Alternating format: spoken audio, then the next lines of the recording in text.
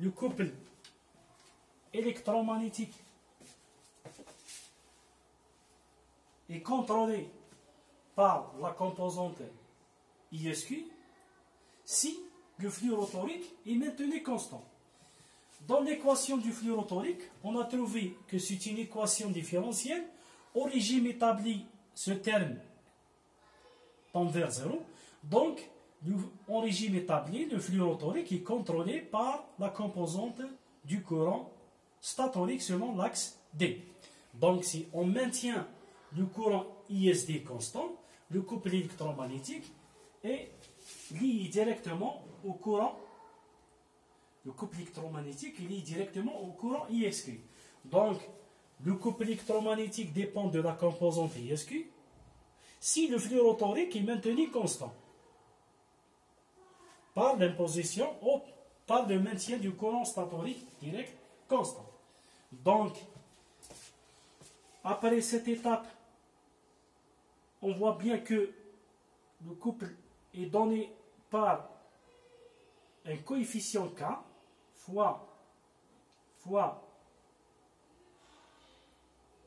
un courant ISQ fois un courant ISD. Si on maintient le courant ISD constant, c'est-à-dire que le couple électromagnétique de la machine devient K' fois ISQ. Ce couple est similaire à celui des machines à courant continu à excitation séparée qui est donné par l'équation K fois le courant inducteur fois le courant induit. Si on maintient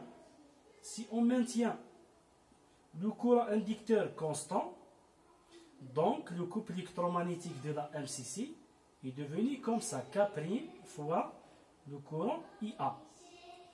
Donc le couple électromagnétique de la machine à courant continu est similaire à celui de la machine asynchrone, est similaire à celui de la machine à courant continu, et c'est la loi de découplage. Donc, par la suite, si on impose la condition de 5, cette condition qui montre que si le flux rotorique selon l'axe en quadrature est nul, on va imposer cette condition ici. Donc on va mettre le flux FURQ est égal à 0 dans ces équations. Le modèle de 11, c'est le modèle de la machine asynchrone après transformation de Park, c'est le modèle d'état qu'on a utilisé pour simuler le démarrage de la machine. Ce modèle, on va l'utiliser après l'imposition de la condition de 5 de découplage pour déduire la loi de commande vectorielle. Donc, après l'imposition du flux rotorique nul, selon l'axe Q, on obtient cette équation. La commande vectorielle, elle est basée sur l'orientation du flux rotorique selon l'axe D, c'est-à-dire la nécessité de la bonne connaissance de la position de θ est obligatoire pour avoir un découplage exact. On a présenté précédemment qu'il y a deux grandes familles de la commande vectorielle, la commande vectorielle directe et la commande vectorielle indirecte. Pour la commande vectorielle directe, le module de flux est estimé en utilisant le modèle dynamique ou mesuré. C'est-à-dire on a deux possibilités, soit l'estimation, soit la mesure. Pour l'estimation, on utilise directement les mesures des tensions et du courant à partir de capteurs de tension du courant. On fait le passage de Park direct. Donc, après, ces tensions et courants sont appliqués à un estimateur qui nous donne directement la valeur du flux rotorique estimé.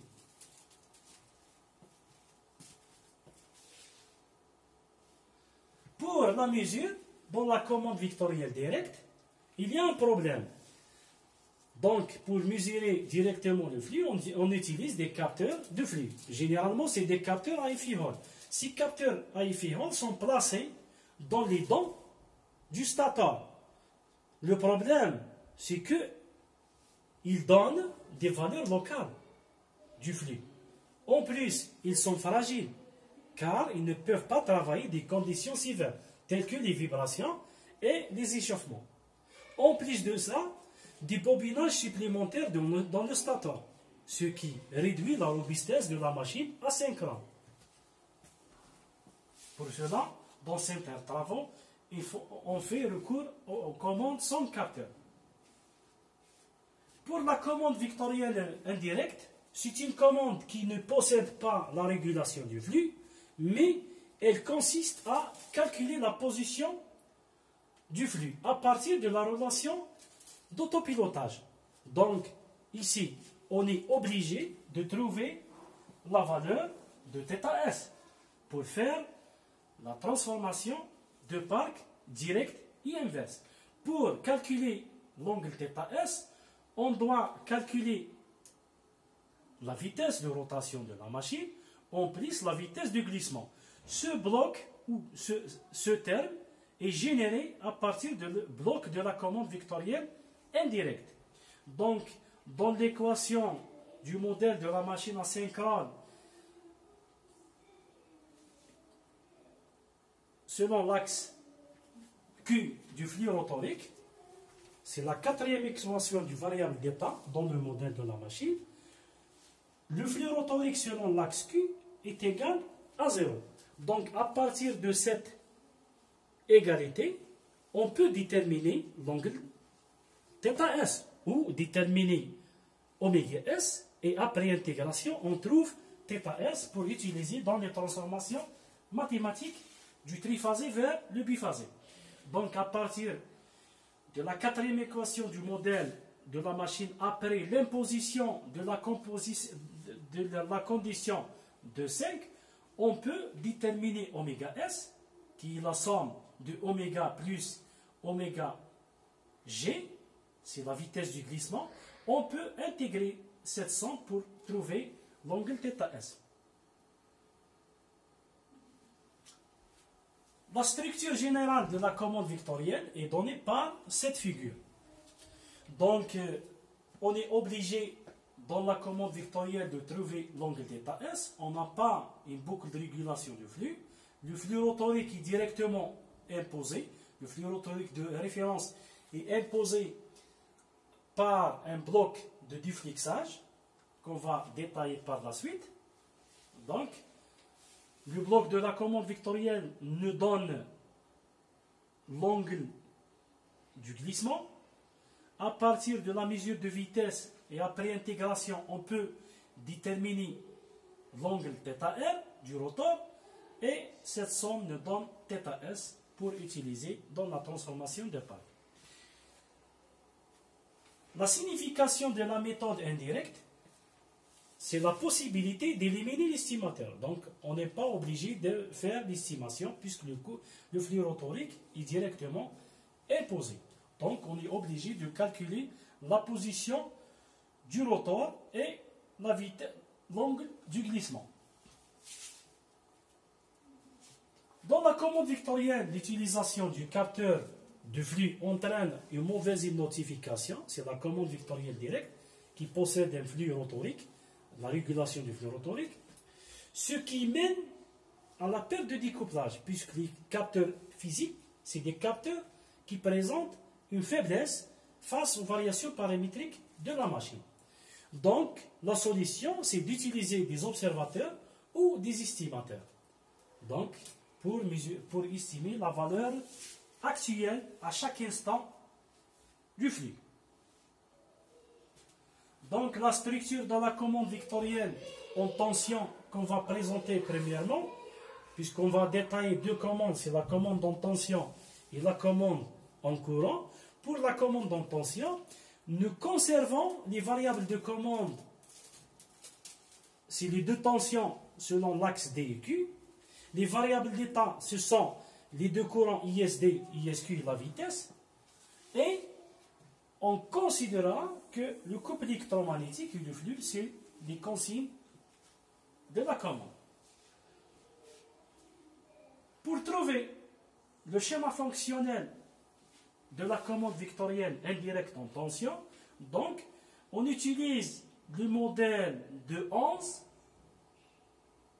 Ce modèle, par la suite, est inversé. Donc, par l'inversement du modèle de Hans, on obtient l'équation de 13. À partir de l'équation de 13, on peut directement déterminer le schéma fonctionnel de la machine, de la commande vectorielle indirecte en tension. Donc, le modèle de Hans est obtenu à partir du modèle général de la machine asynchrone après imposition de la condition de découplage. Ce modèle, on va faire l'inversement, c'est-à-dire on va essayer de déduire ou de ressortir les deux tensions selon l'axe D et Q, ces deux tensions. En plus, on va ressortir le couple et le flux pour déduire le schéma fonctionnel. Donc, l'inversement du modèle de Hans nous donne ces équations. C'est-à-dire, on inverse l'équation du couple électromagnétique trouvée précédemment. Le couple électromagnétique est inversé, c'est-à-dire on déduit le courant ISQ. Par la suite, on inverse l'équation du flux. On va ici déterminer le courant ISD. Et on inverse les deux équations des tensions. On déduit la tension VSD et la tension VSQ.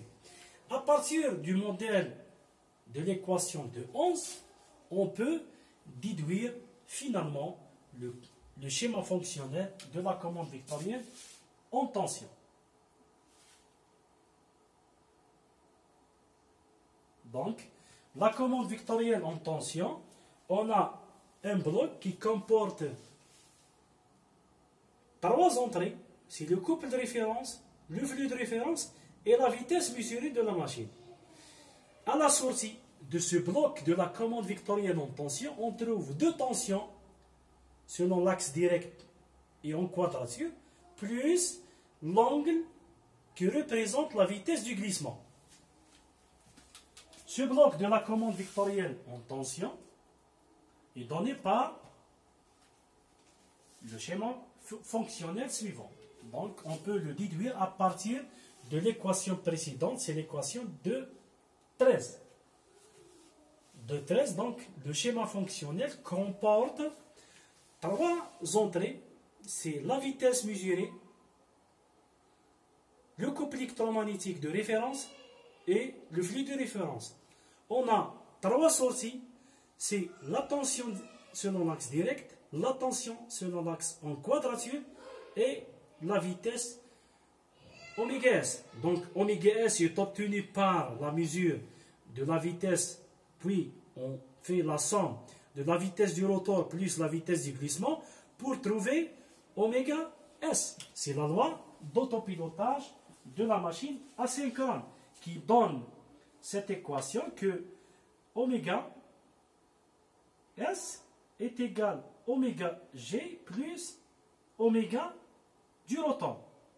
Donc à partir de la vitesse mécanique, on fait le produit, nous donne oméga R, et oméga G est obtenu par la commande vectorielle. Oméga G, il est ici. Donc la somme de oméga G plus oméga R, ça c'est oméga R, on trouve oméga S. Par la suite, cette vitesse oméga S, on fait l'intégration pour trouver θ S. Donc l'intégration de oméga S nous donne θ S. Donc par la suite, oméga S, son intégration, on trouve après intégration θ S, après intégration, on va l'utiliser pour la transformation de parc. Donc par la suite, on va présenter la chaîne de la commande vectorielle indirecte. C'est une commande vectorielle en tension. En tension, c'est une commande où le bloc de la commande vectorielle génère deux tensions. Par la suite, ces deux tensions sont transformées en triphasées, puis on fait la MLI pour contrôler l'onduleur. La boucle, c'est une commande vectorielle indirecte en boucle ouverte, puisqu'on n'a pas utilisé ici la boucle de régulation. Pour une commande en boucle fermée, on insère une boucle de régulation de la vitesse. Donc, la vitesse ici est régulée à partir d'un régulateur. On fait la vitesse de référence et on mesure la vitesse de la machine. Après, on fait la comparaison entre la vitesse de référence et la vitesse mesurée. Puis, une erreur qui est appliquée à un régulateur pour nous donner le couple de référence. Le flux de référence n'est pas régulé puisque c'est une commande vectorielle indirecte. Le flux rotorique, il est imposé à partir du bloc de déflixage.